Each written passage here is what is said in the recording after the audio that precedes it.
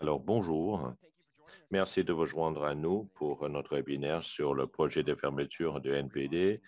Les lancers des incidences environnementales révisées, ce sont des webinaires bimensuels. C'est donc le premier webinaire de trois aujourd'hui. Avant de commencer, j'aimerais faire la reconnaissance territoriale. CNN reconnaît respectueusement que les sites de démonstration d'énergie nucléaire sont situés sur le territoire non cédé de la nation algonquine Anishinaabe. Nous reconnaissons, apprécions leur lien historique à ce territoire, ainsi que leur rôle de gardien de défenseurs coutumiers du bassin versant et de la rivière des Outaouais et de ses affluents. Nous reconnaissons et apprécions également les contributions que toutes les Premières Nations, les Métis et les Inuits ont apportées et continuent d'apporter au façonnement de ce territoire. Nous reconnaissons, respectons et cherchons à mieux comprendre l'histoire des les droits et les titres autochtones uniques sur les terres où nous travaillons. Avant de donner le coup d'envoi, quelques notes logistiques. Tout d'abord, on a l'interprétation simultanée.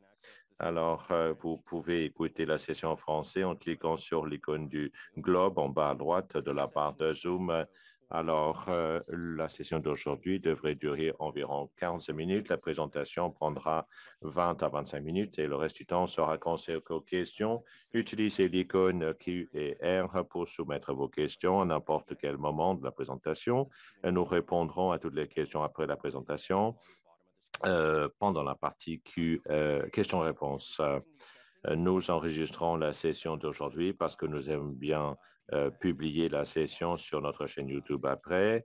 Alors, si vous rencontrez des problèmes techniques et si vous souhaitez nous en parler, contactez-nous à ermstakeholder@cnl.ca. Notre équipe surveillera plutôt la boîte de réception. Nous cherchons également à évaluer nos webinaires. Après le webinaire aujourd'hui, vous allez recevoir un courriel contenant un lien qui vous permettra de répondre à une courte enquête de 10 questions. Prenez le temps finalement d'y participer. Au cours du webinaire d'aujourd'hui, nous entendons Katie Shorter et Courtney Power.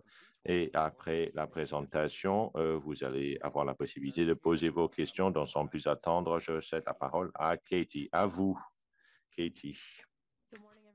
Bonjour. Je m'appelle Katie Shorter. Je suis donc la directrice pour le projet de fermeture NPD. Alors, nous avons certains membres de l'équipe qui participent à cet appel aujourd'hui. Je vais demander à Courtney, Graham et Sophia d'allumer leur caméra et de vous faire signe. Alors, Courtney va faire la présentation aujourd'hui. Elle est notre donc, spécialiste en matière de déclassement. Il y a Graham Portman qui est l'analyste en matière de sécurité, Sophia Kokonakis qui est l'analyste environnementale pour répondre à toutes vos questions à la fin.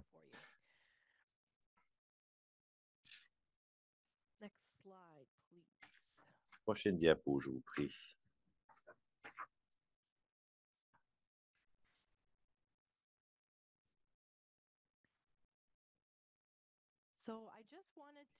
Je voulais tout simplement vous faire un rappel de sur quoi on travaille. À l'heure actuelle, on effectue donc une évaluation environnementale. On a demandé à la CCSN une modification de permis pour déclasser le réacteur NPD par élimination in situ. Qu'est-ce que ça veut dire? Ça veut dire que le reste de l'inventaire, le système et composants métalliques vides seront éliminés sur place et on va ajouter plusieurs barrières, notamment un colis, une,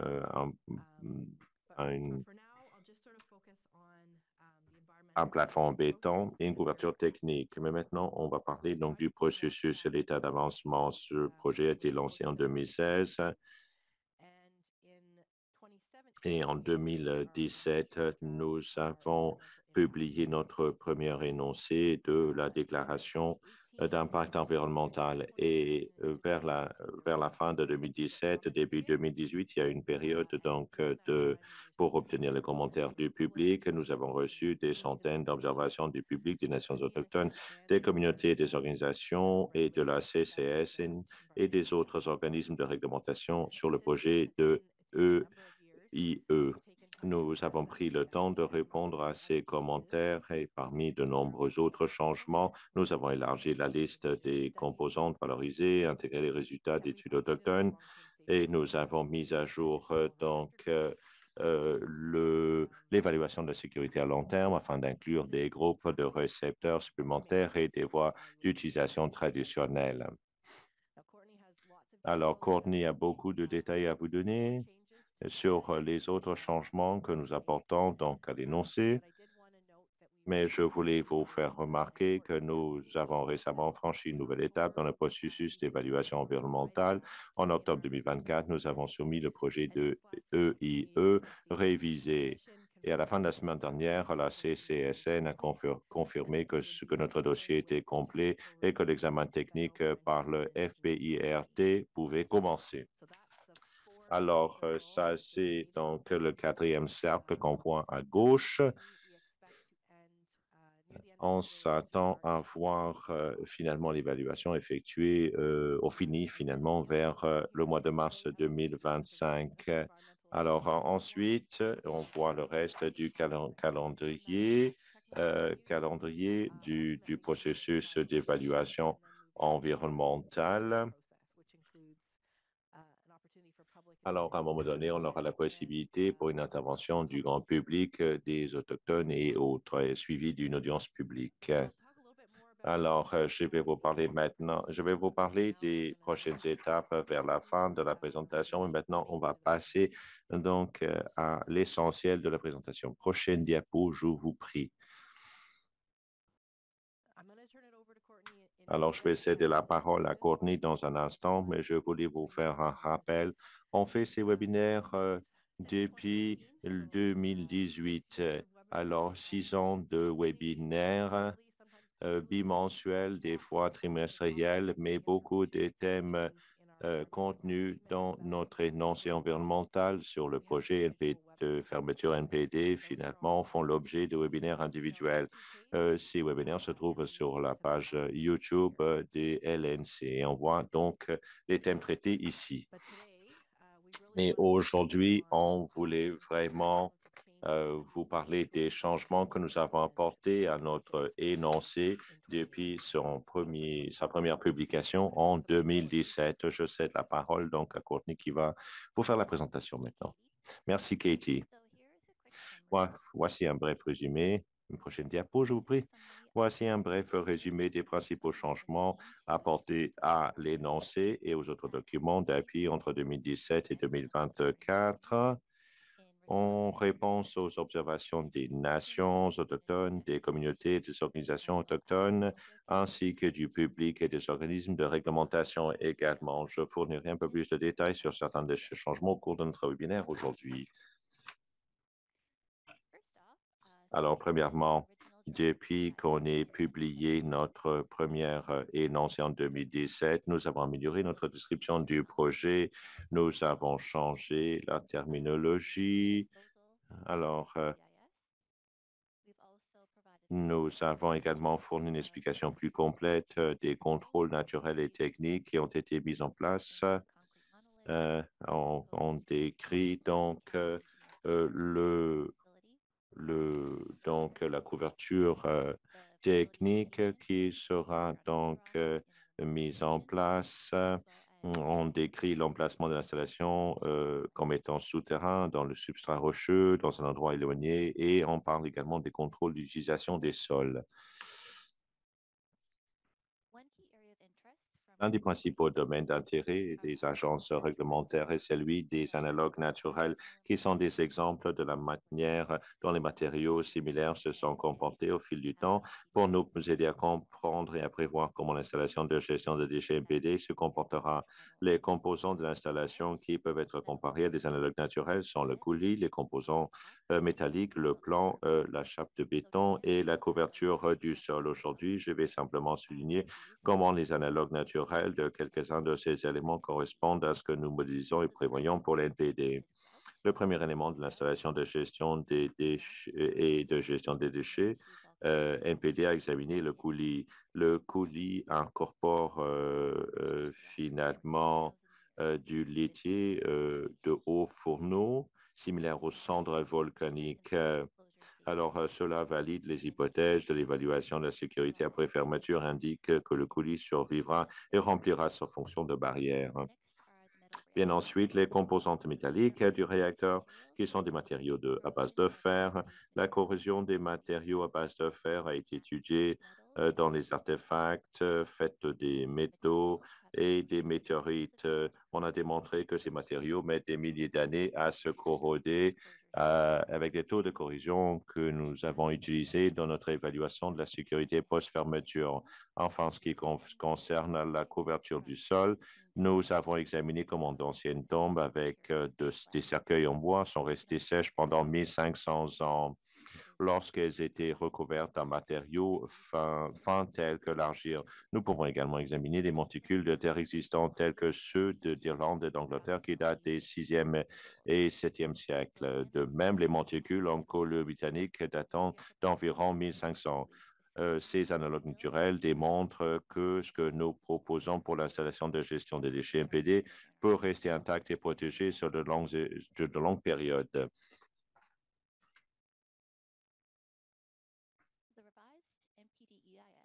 Alors, l'énoncé révisé fournit plus de détails sur la portée du projet. Nous avons fourni une formule spécifique qui serait utilisée sur la façon de procéder à l'injection de colis dans la structure souterraine.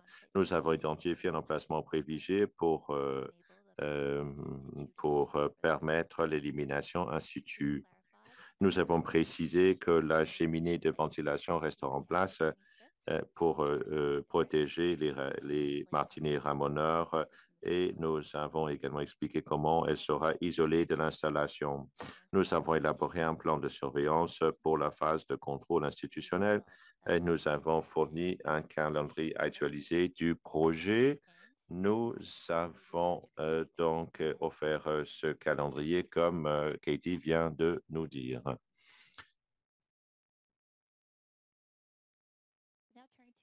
Alors, maintenant, la stratégie sur l'élimination des déchets. Nous avons également amélioré notre compréhension des déchets, qui est un domaine d'intérêt pour le public et les agences de réglementation. Nous avons mis à jour l'inventaire radioactif et précisé les références utilisées pour l'installation inventaire de référence. L'inventaire de référence sert de limite aux contaminants radiologiques et non radiologiques. Pour les PCB, tous les PCB seront enlevés avant le début des activités de déclassement. Les concentrations de PCB dans les solides de l'installation NPD sont inférieures à la limite réglementaire de 50 mg par kilogramme. Si les PCB dépassent les limites réglementaires, sont découverts au cours de déclassement, alors ces déchets seraient considérés comme non conformes et seraient enlevés, éliminés par le biais des processus de gestion des déchets dangereux. Il y a de la peinture au plomb dans toute l'installation et une quantité importante de plomb associée au blindage, principalement dans la salle des machines. La quantité totale de plomb présente est estimée à environ 225 tonnes métriques, soit près de 174 tonnes dans la salle des machines. Notre estimation précédente était d'environ 435 tonnes métriques. Alors maintenant, je vais vous parler des changements apportés aux composantes valorisées qui a suscité l'intérêt du public, des groupes indigènes et des agences de réglementation. Nous avons ajouté une explication sur le lieu, la manière dont les composantes valorisées ont été incluses et évaluées sur la base des commentaires. Alors, on a ajouté donc d'autres composantes dans l'élan, le renard, les loutres, les visons, les belettes à queue courte, les baies et les champignons.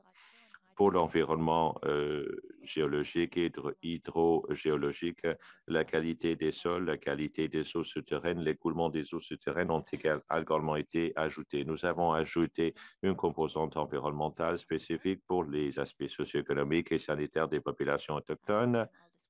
Et je vais vous le décrire plus tard. Et en dernier lieu, nous avons ajouté l'annexe B pour refléter le statut des espèces à risque.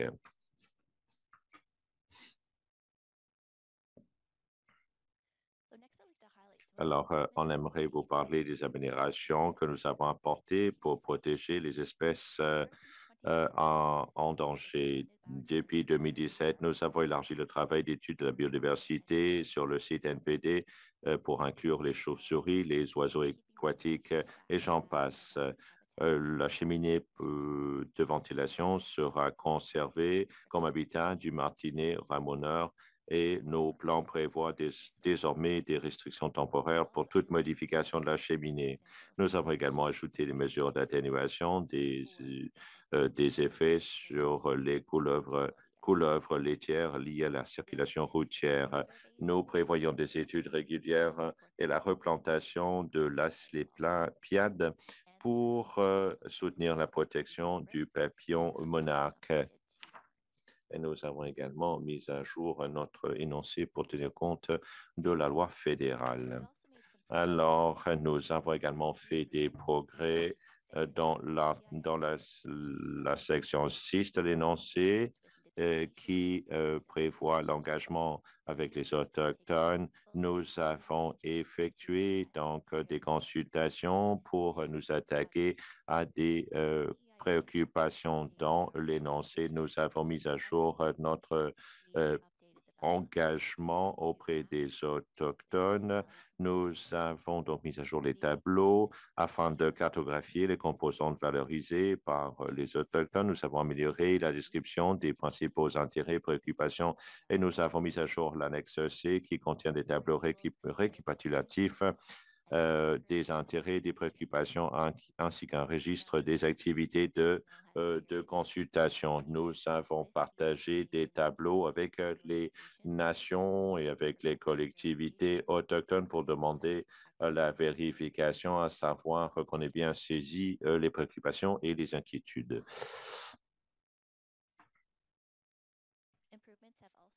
On a apporté des améliorations dans l'article 7 de l'énoncé qui prévoit l'engagement auprès du public. Dans le document, nous avons mis à jour l'engagement public. Les activités d'engagement comprennent des séances d'information publique, des webinaires tels que celui-ci en personne et virtuellement, des journées portes ouvertes en personne et virtuelles, ainsi qu'un centre de visiteurs virtuels. Les engagements futurs prévus ont été mis à jour jusqu'en 2024-25. De nouvelles sous-sections ont été ajoutées également. Un autre intérêt était donc nos données de caractérisation de base du site. Alors, on prévoit plus d'informations sur ce qui suit, la qualité de l'air, les rejets dans l'air de la cheminée de ventilation du MPD, les données sur la radioactivité de la rivière des Outaouais. Alors, la surveillance de l'emplacement des informations sur le débit pour le drain 2, les qualités des sols et des concentrations de tritium dans le sol de surface. Alors, on offre donc plus d'informations actualisées, de même que la caractérisation géospécifique. Nous avons également ajouté donc d'autres informations pour décrire la perturbation des rives de la rivière des Outaouais, finalement, qui a été causée par les activités humaines. Nous donne également plus d'informations donc sur les excavations importantes dans le substrat rocheux. Nous avons donc également entrepris un échantillonnage de base qui soutiendra nos programme de suivi. C'est important pour que nous puissions connaître les conditions qui prévalaient avant le projet aux endroits et aux fréquences nécessaires pour le suivi pendant l'exécution du projet et dans la phase de contrôle institutionnel. Nous avons réalisé une nouvelle étude sur les sédiments, les invertébrés benthiques et l'habitat des poissons. Nous avons également effectué des travaux supplémentaires pour prélever des échantillons d'eau de surface à des endroits clés importants pour le suivi et nous avons établi des niveaux de base et des conditions de poussière sur le site NPD également. Maintenant, le travail sur la géosynthèse, ce travail nous a permis de mieux décrire la roche et la masse rocheuse intacte sur le site. Le rapport de géosynthèse amélioré comprend également de nouvelles informations sur la néotectonique et la paléosismologie. La néotectonique est constituée de mouvements de déformation de la surface de la Terre qui sont en cours et, et, et sont récents dans le temps géologique, et la paléosismologie est l'étude des sédiments et des roches géologiques et la recherche de signes d'anciens tremblements de terre. Ça nous a permis d'ajouter un nouveau scénario pour évaluer des dangers sismiques, et plusieurs sections de l'énoncé ont été mises à jour basées sur les informations provenant du DTA sur la géosynthèse.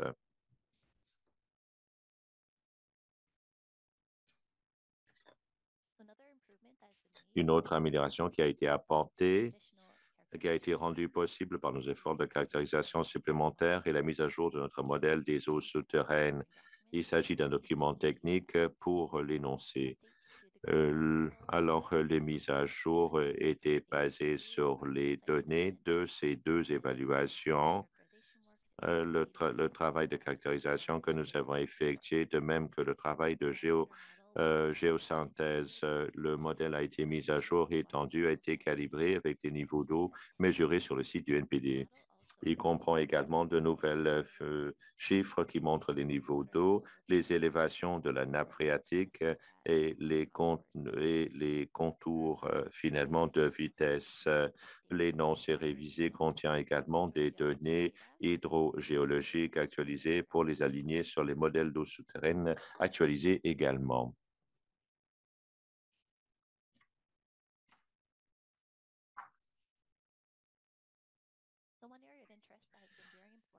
Un domaine d'intérêt qui a été important pour le public, les groupes autochtones et les agences réglementaires a été la prise en compte des intérêts des populations autochtones. Nous avons apporté les améliorations suivantes à l'énoncé. Nous avons mis à jour donc les descriptions de l'utilisation traditionnelle des terres et des ressources basées sur les rapports et les informations existantes des sites web des organisations autochtones, l'étude sur les connaissances traditionnelles et l'utilisation des terres et d'autres sources également.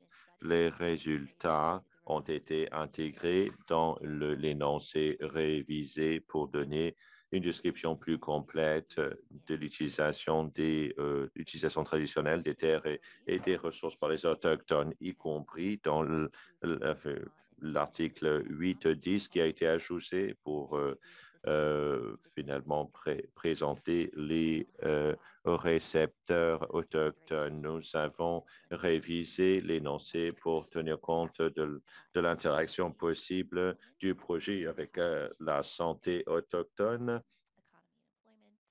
Alors, pour tenir compte donc, de la situation socio-économique des autochtones, les limites spatiales et la santé de la population autochtone. L'énoncé ne prévoit pas d'effets néfastes sur les composantes autochtones, et nous avons ajouté donc un récepteur autochtone également, dont je vais vous parler plus tard. Une autre amélioration est l'alignement sur l'évaluation de sûreté post-fermeture la plus récente, c'est la 4e version. Alors, l'énoncé fournit un résumé des scénarios suivants. Ça contient donc des calculs de sensibilité et les scénarios d'événements perturbateurs qui sont décrits dans la 4e version. Il y a deux nouveaux groupes de récepteurs qui ont été pris en compte, un récepteur autochtone et un récepteur résident hors site également. Les LNC ont inclus un groupe d'exposition potentielle composé d'un groupe d'experts et d'un groupe de travail Alors, le profil d'exposition pendant la période de post-fermeture a été élaboré sur la base d'un mode de vie autochtone traditionnel antérieur au contact avec les Européens. Ce mode de vie donne lieu à une estimation plus prudente de la dose que celle basée sur le mode de vie actuel, où certains aliments sont achetés en magasin et ne proviennent probablement pas de la zone contaminée. La dose maximale prévue pour un récepteur autochtone est de 0,0004 millisieverts par an, soit 500 fois moins que le critère de 12. L'analyse démontre que l'impact sur le public, les autochtones et l'environnement est négligeable. Cette mise à jour, on a également aligné nos récepteurs autochtones avec les caractéristiques qui ont été basées sur les résultats de l'étude sur la récolte et l'alimentation. L'évaluation de la santé humaine comprend également un scénario encore plus prudent dans lequel un récepteur autochtone finalement correspond à un mode de vie antérieur au contact avec les Européens. Les résultats ont été intégrés dans l'énoncé révisé. Alors, les connaissances actuelles sur les effets à long terme du réchauffement climatique indiquent que la prochaine période glaciaire ne se produira pas avant 100 000 ans en raison du changement climatique. La période d'évaluation à long terme pour ces projets est de 10 000 ans. Par conséquent, la glaciation n'est pas prise en compte dans cette étude.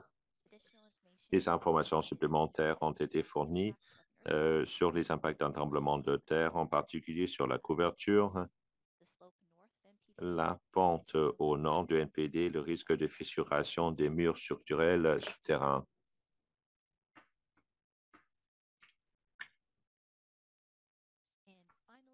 Et en fin de compte, un autre thème très important pour les Autochtones, de même que les agences de réglementation, c'est la surveillance.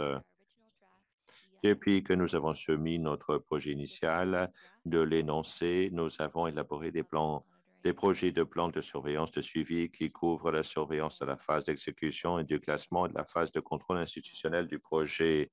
Et ça, c'est basé sur les normes canadiennes qui s'appliquent. Les plans couvrent la surveillance de l'environnement, la surveillance des effluents et la surveillance des eaux souterraines. La carte ici montre les principaux sites de surveillance environnementale pour la période de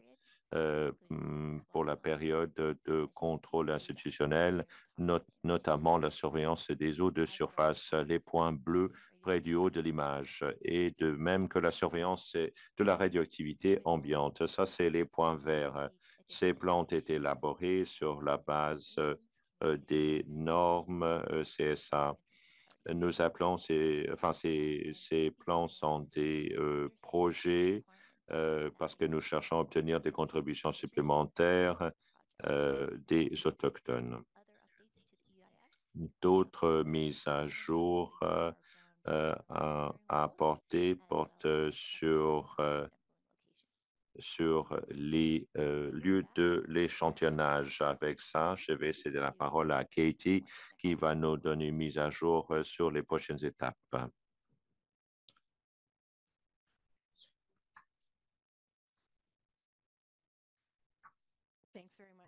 Merci, Courtney. Alors, je vais prendre une pause ici. Courtney a présenté beaucoup de changements que nous avons apportés depuis 2018. Et une chose que vous avez peut-être remarqué, c'est une référence aux sections de l'énoncé qui sont pertinentes. Nous avons vous allez pouvoir écouter l'enregistrement pour voir les sections en question. Maintenant que nous avons soumis l'énoncé révisé, on est même passé à l'étape de l'examen fédéral et autochtone. Alors, nous avons donc finalement, la CCN publiera publiera cette semaine l'énoncé révisé, les réponses aux demandes. Si on pense à ce qui va se passer maintenant, les prochaines étapes, donc, comme j'ai dit au tout début de la présentation, alors on est maintenant à l'étape où l'équipe d'examen va se pencher sur l'énoncé, les documents, l'appui dont Courtney nous a parlé aujourd'hui. Alors, on s'attend à la fin de l'examen que les LLC vont devoir répondre aux demandes d'informations additionnelles. Il y aura une période pour nous d'y travailler, de répondre aux questions en suspens avant qu'on soit prêt à soumettre notre énoncé définitif. On prévoit que qu'on va pouvoir faire notre dernière soumission au printemps et l'été de 2026. Alors, sur la première diapositive, je vous avais parlé du processus d'audience. Ce sera en deux parties. La première partie, il sera une composante technique suivie d'une période d'intervention publique autochtone avant d'arriver donc à la deuxième audience qui est l'audience publique. Alors, si vous avez donc des informations, besoin d'informations additionnelles, le site web de la CCN comporte des informations sur le projet NPD et vous indique où trouver finalement l'énoncé et vous allez voir les étapes dont on vous a parlé aujourd'hui pour qu'on puisse avoir une décision définitive à savoir si on peut procéder à l'élimination donc in situ au NPD. Prochaine diapo, je vous prie.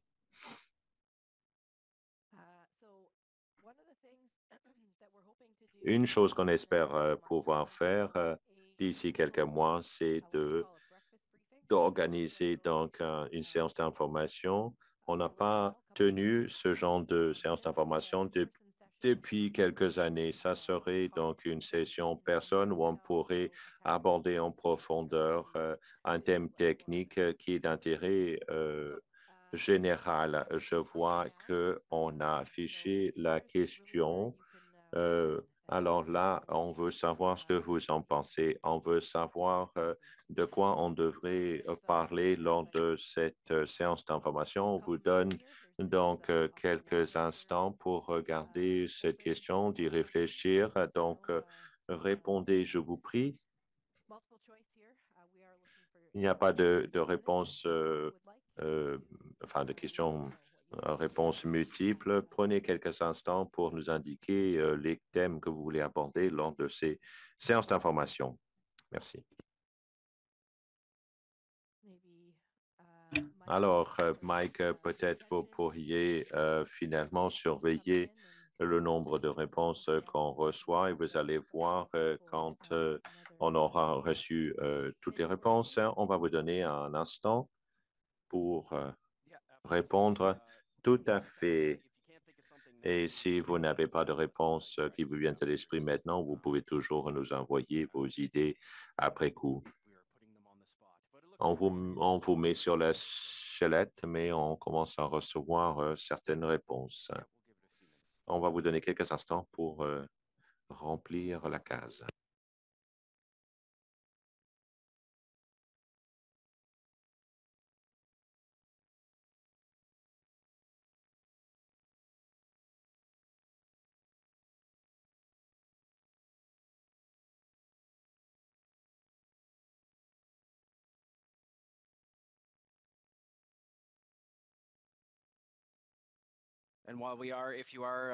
Et en attendant, si vous avez terminé, si vous avez rempli votre réponse, si jamais vous avez des questions que vous voulez nous poser pendant la période de questions-réponses, tapez vos questions dans la fonction questions-réponses en bas de votre écran.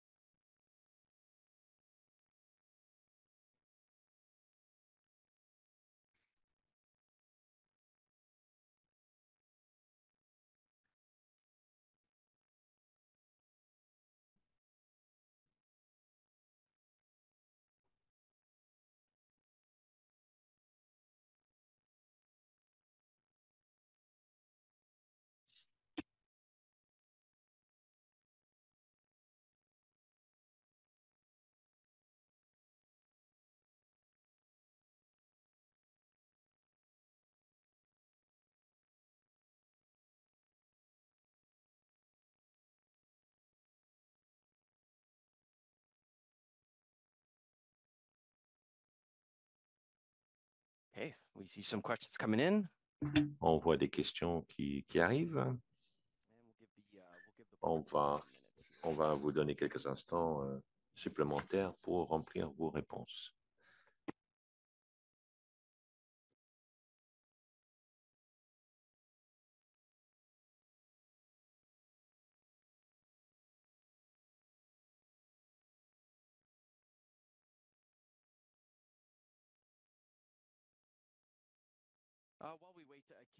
En attendant, Katie, nous avons reçu une question très technique. On va, on va, on va répondre par écrit parce que c'est une question hautement technique. Ce serait beaucoup mieux de vous offrir une réponse par écrit.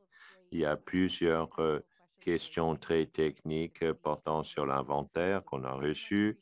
Alors, on apprécie ces questions.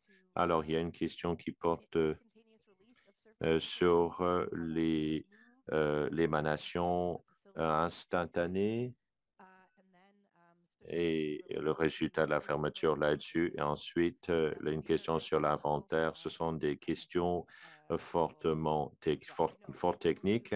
Et ce qu'on va faire, qu'on va vous fournir une réponse par écrit. On va communiquer ces réponses avec tous les participants au webinaire. Mais c'est une situation où ou peut-être l'inventaire serait un thème idéal pour notre séance d'information. Alors, si vous avez un thème technique que vous voulez qu'on aborde, une question technique, n'hésitez pas à nous envoyer un courriel à ERM, Stakeholder Relations, et on pourrait finalement vous répondre individuellement et on mettra à votre disposition tous les experts. C'est une bonne idée, Katie. Merci beaucoup. Alors, ça prendra quelques jours pour obtenir l'enregistrement et pour l'afficher sur YouTube. Ensuite, on envoie les liens à tous ceux qui se sont inscrits et vous allez avoir également les réponses écrites. Alors, ça sera donc envoyé par courriel à tous les participants à ce webinaire. Alors, maintenant, on va passer aux questions des participants.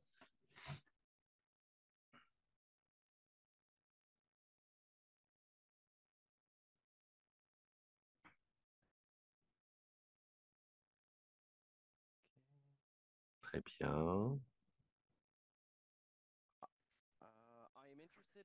Alors, je serais intéressé de savoir comment vous avez comparé finalement vos prévisions sur la glaciation sur 10 000 ans et sur la fermeture NPD. Merci, Mike. Je vais répondre.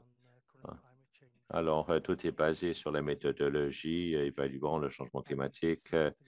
Ça fait partie donc de la méthodologie utilisée par le GIEC qui prévoit les hausses de température sur des 1000 ans.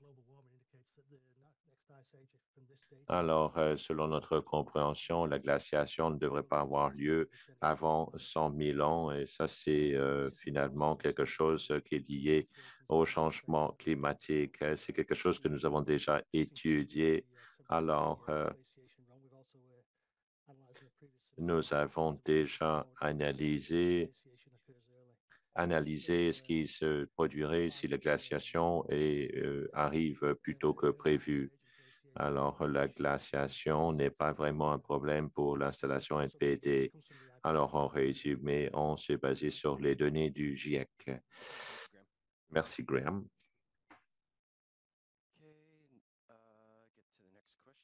Prochaine question.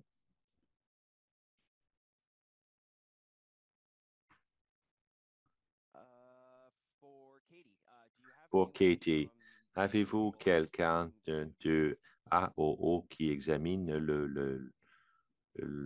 la nouvelle ébauche? C'est une bonne question. Alors, l'énoncé révisé est disponible à tous. Alors, nous allons envoyer des communications individuelles aux organismes et collectivités autochtones avec lesquelles on travaille depuis le départ. Et on va également l'envoyer à notre liste de parties prenantes pour vous communiquer l'endroit où vous pouvez regarder l'énoncé pour regarder les changements. Merci, Katie. Prochaine question pour Courtney. Quand est-ce que le site ne serait-il plus régi par le contrôle réglementaire? Merci. Le contrôle réglementaire va continuer pendant une période minimale de 100 ans et pourrait même aller au-delà de cette période de 100 ans. Il faut qu'on puisse démontrer au CCSN que les contrôles réglementaires ne sont plus nécessaires après la fin de la période de contrôle. Alors, on ne serait plus régi par les contrôles réglementaires et on pourrait l'utiliser à d'autres fins. On a pris des mesures pour protéger le site en réponse rapide, un minimum de 100 ans, mais les mesures de contrôle seraient donc en vigueur pendant la période nécessaire. Merci beaucoup, Courtney. Alors, je vérifie pour voir s'il y a d'autres questions.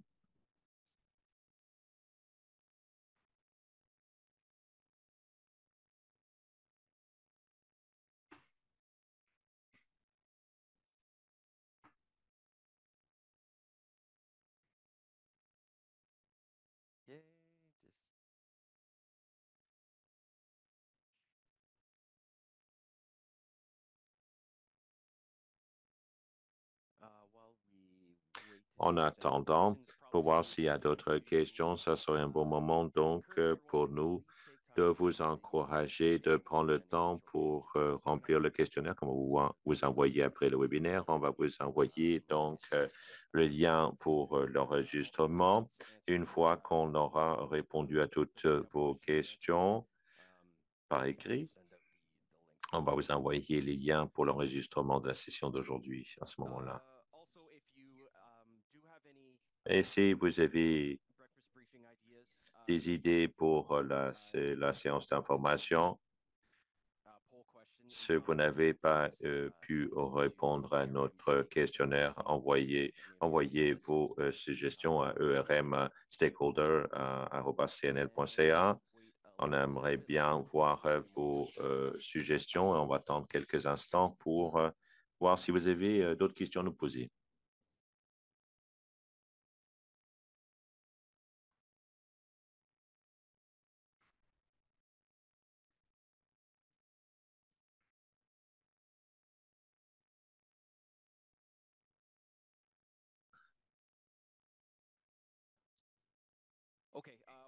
Alors, donc, une dernière question. Une question qui fait suite à la question sur le contrôle réglementaire. Qu'est-ce que ça veut dire tout est aussi longtemps qu'il est nécessaire? Qu'est-ce que ça veut dire au juste?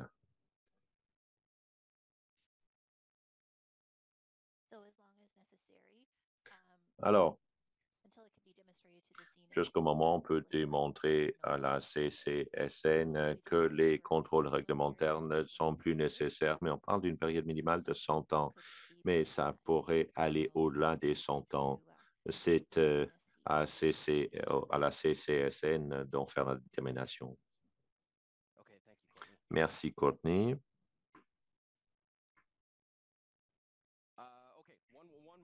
Une dernière question. C'est vraiment notre dernière question cette fois-ci. Pour Katie, qui sera responsable sur le plan financier des contrôles financiers, le fédéral, le gouvernement provincial, qui? Alors, ça, c'est une bonne question. Merci de l'avoir posée. Alors, le déclassement et le nettoyage, l'assainissement du réacteur NPD et des autres sites dont les LNC sont responsables. Le gouvernement du Canada s'est engagé à achever cet assainissement, ce nettoyage. C'est une responsabilité fédérale qui sera financée par le fédéral et ça couvrira donc les contrôles institutionnels pendant et aussi aussi longtemps que nécessaire. Nous avons une dernière question, dit Mike. C'est vraiment la dernière question cette fois-ci. Qu'est-ce qui va changer entre cette soumission et la soumission définitive? Je vais répondre à cette question. Dit Katie, c'est une autre bonne question, dis-je. Alors, c'est une question qui reste sans réponse. On ne s'attend pas à ce qu'il y ait de changements considérables aux conclusions de l'énoncé. On ne prévoit pas d'effets résiduels pour l'environnement et pour la population locale non plus. Mais on attend maintenant la rétroaction de l'examen, finalement, de l'équipe d'examen, et ça viendra au printemps, comme j'ai dit tantôt. À ce moment-là, on sera en mesure de vous donner une meilleure idée des changements qui pourraient être apportés avant qu'on soumette la version définitive. Mais la réponse courte est que nous devons tenir compte de toute la rétroaction découlant de l'examen, de répondre aux questions et aux préoccupations des examinateurs avant de pouvoir soumettre la version définitive de l'énoncé d'impact environnemental. Merci beaucoup, Katie. Alors, très bien. Alors, merci beaucoup d'avoir posé des questions. On répondra donc à vos questions techniques par écrit, comme j'ai dit tantôt. Et j'aimerais remercier Graham, Courtney, Katie, Sophia et à tous les gens des communications, Margot, Rachel, Jason, Carolina. Et merci beaucoup d'avoir participé à ce webinaire. C'est le premier de trois. Le prochain portera sur les innovations et le troisième sur la segmentation des réacteurs. Merci d'avoir participé à ce webinaire. On les organise plus de manière bimensuelle. Vous pouvez toujours nous contacter à cnl.ca, présenter vos idées pour les séances d'information futures. Merci à tous. Au revoir.